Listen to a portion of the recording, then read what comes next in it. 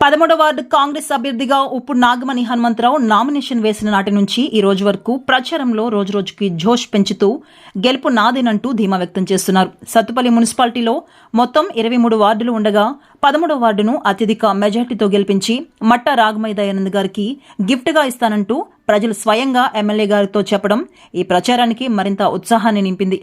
అభివృద్ధి అంటే ఏమిటో, ప్రజా పరిపాలన ఎలా ఉండాలో, ప్రజలతో ఎలా మమేకమై పనిచేయాలో తన ప్రచారంలో స్పష్టంగా చెబుతూ వార్డులో ఉన్న ప్రతి సమస్యను ఉన్నతాధికారులు ఎమ్మెల్యే గారితో మాట్లాడి పరిష్కరిస్తూ ప్రతి సమస్యను నా సమస్యగా భావించి 13వ వార్డును ఒక ఉత్తమ వార్డుగా తీర్చిదిద్దుతానని ఉప్పు నాగమణి హనుమంతరావు హామీ ఇచ్చారు.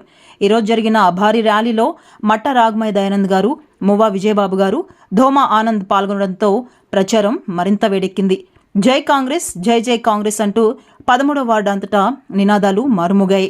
ప్రజల మధ్య మాట్లాడుతూ ఉప్పు నాగమణి హనుమంతరావు, నా గెలుపు మీ గెలుపు, నా మొదటి సంతకం పేదల ఇందిరమ్మ ఇళ్లకే, 13వ వార్డును అభివృద్ధిలో ముందుండే ఉత్తమ వార్డుగా తీర్చిదిద్దుతానంటూ ప్రజలకు భరోసా ఇచ్చారు.